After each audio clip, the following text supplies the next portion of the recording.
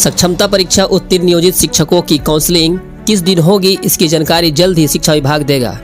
इसे लेकर विभाग की ओर से सॉफ्टवेयर विकसित किया जा रहा है। विभागीय पदाधिकारी बताते हैं कि सॉफ्टवेयर के माध्यम से सभी शिक्षकों के लिए अलग अलग तिथि तय कर विभाग की वेबसाइट पर इसकी जानकारी दे दी जाएगी। मालूम हो कि विभाग ने 1 अगस्त से सक्षमता परीक्षा उत्तीर्ण शिक्षकों के काउंसलिंग की तिथि तय की है। विभाग की वेबसाइट पर जानकारी प्राप्त करने के बाद ही शिक्षक उनके लिए निर्धारित तिथि को संबंधित जिले में जाकर काउंसलिंग के लिए उपलब्ध होंगे। काउंसलिंग के दौरान शिक्षकों के प्रमाण पत्र आदि कागजातों का सत्यापन होगा। इसके बाद शिक्षकों के पदस्थापन के आगे की प्रक्रिया तय होगी।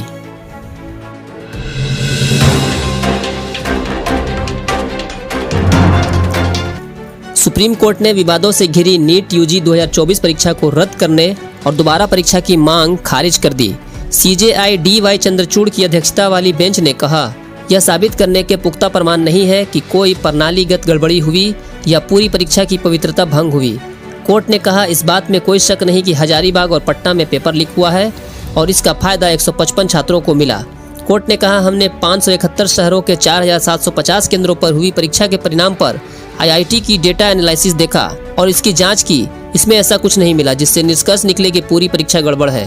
कोर्ट ने कहा, अगर काउंसलिंग के बाद भी पेपर लीक के लाभार्थियों की संख्या बढ़ती है तो उनके खिलाफ कार्रवाई होगी। सीजेआई ने कहा, री नीट के गंभीर परिणाम हो सकते हैं। यह 24 लाख छात्रों और मेडिकल पढ़ाई पर असर डालेगा।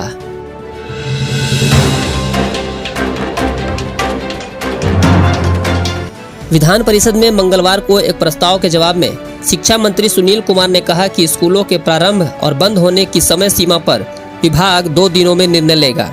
सुबह 9 बजे से स्कूल संचालन 2013 से 2021 तक होता रहा है। इसकी समीक्षा कर विभाग इस मामले का निष्पादन करेगा। जदयू के डॉक्टर संजीव कुमार सिंह ने प्रस्ताव रखा कि बिहार विधानमंडल में मुख्यमंत्री द्वारा विद्यालय संचालन की अवधि सुबह 10 बजे से शाम 4 बजे तक करने की घोषणा की गई थी। विभाग इस पर अमल करने की बजाय शिक्षकों के वेतन की कटौती करता रहा। इसका समर्थन नीरज कुमार सिंह सहित अन्य सदस्यों ने किया। भाजपा के नवल किशोर यादव के प्रस्ताव विशिष्ट शिक्षकों को स्वैच्छिक एवं ऐच्छिक हस्तांतरण के जवाब में शिक्षा मंत्री ने कहा कि महिलाओं और दिव्यांगों की उनकी सुविधा के अनुसार नजदीक में पोस्टिंग की जाएगी।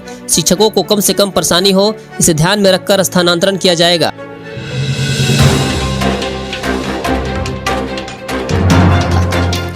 पच्चीस जुलाई से TRE 3 की OMR सीट की स्कैनिंग शुरू होगी। बीपीएससी के परीक्षा नियंत्रक सत्यप्रकाश शर्मा ने बताया कि 3 से 4 दिन OMR सीट की स्कैनिंग में लगेंगे। उसके बाद प्रोविजनल आंसर की जारी की जाएगी।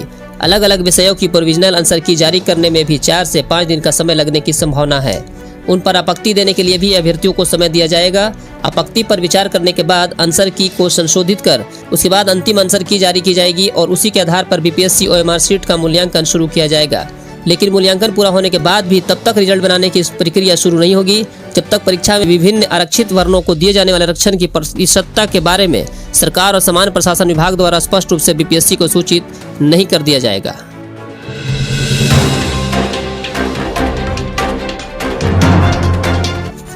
पटना समेत बिहार में कड़ाई के कारण पिछले 3 सालों की तुलना में इस वर्ष यानी 2024-25 सत्र में सरकारी विद्यालय में बच्चों के नामांकन में काफ़ी कमी आई है। शिक्षा विभाग का मुख्य उद्देश्य है कि कोई भी बच्चा विद्यालय से दूर ना रहे। सभी बच्चों को पढ़ने का अधिकार है। पटना जिला की बात करें तो सत्र 2022-23 में कक्षा 1 से लेकर के 12वीं तक कुल 7,56,011 बच्चों का नामांकन हुआ था। वहीं सत्र 2023-24 में यह घटकर 6,24,481 पर आ गया और इस वर्ष यानी कि 2024-25 में 5,67,000 बच्चों का अभी तक कुल नामांकन हो पाया है। यह सिर्फ घटना पटना की नहीं है बल्कि पूरे राज्य भर में कमी बेसी यही स्थिति बनी हुई है। इसके कारण राज्य के सकल नामांकन अनुपात पर प्रभाव पड़ा है। इसको लेकर शिक्षा विभाग काफी चिंतित है।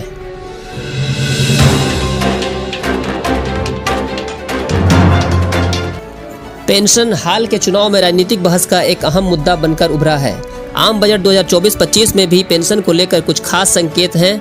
परोक्ष तौर पर यह तो संकेत दे दिया गया है कि पुरानी पेंशन योजना लागू करने की सरकार की कोई मंशा नहीं है। हाल में संपन्न हुए लोकसभा चुनाव और उसके पहले राज्यों के चुनाव में भाजपा को जो जीत मिली थी उससे सरकार पेंशन के मुद्दे पर अब बैकफुट पर नहीं है। यही वजह है कि उसने नई पेंशन स्कीम में ही कुछ बदलाव करने की बात कही है। वित्त मंत्री निर्मला सीतारमण ने कहा है कि एनपीएस की समीक्षा के लिए गठित समिति ने अपने काम में काफ़ी प्रगति की है। इसमें केंद्रीय सरकारी कर्मचारियों की तरफ से भी रचनात्मक दृष्टिकोण वाला सुझाव मिला है। अब एक ऐसा समाधान निकाला जाएगा जिससे प्रासंगिक मुद्दों का समाधान होगा। इसके अलावा वित्त मंत्री ने माता पिता अभिभावकों द्वारा अवयस्क बच्चों के लिए अंशदान पर आधारित NPS वात्सल्य योजना शुरू करने की घोषणा की है। सरकार का यह फैसला पेंशन को लेकर मौजूदा विमर्श का एक व्यवहारिक समाधान निकालने की कोशिश है।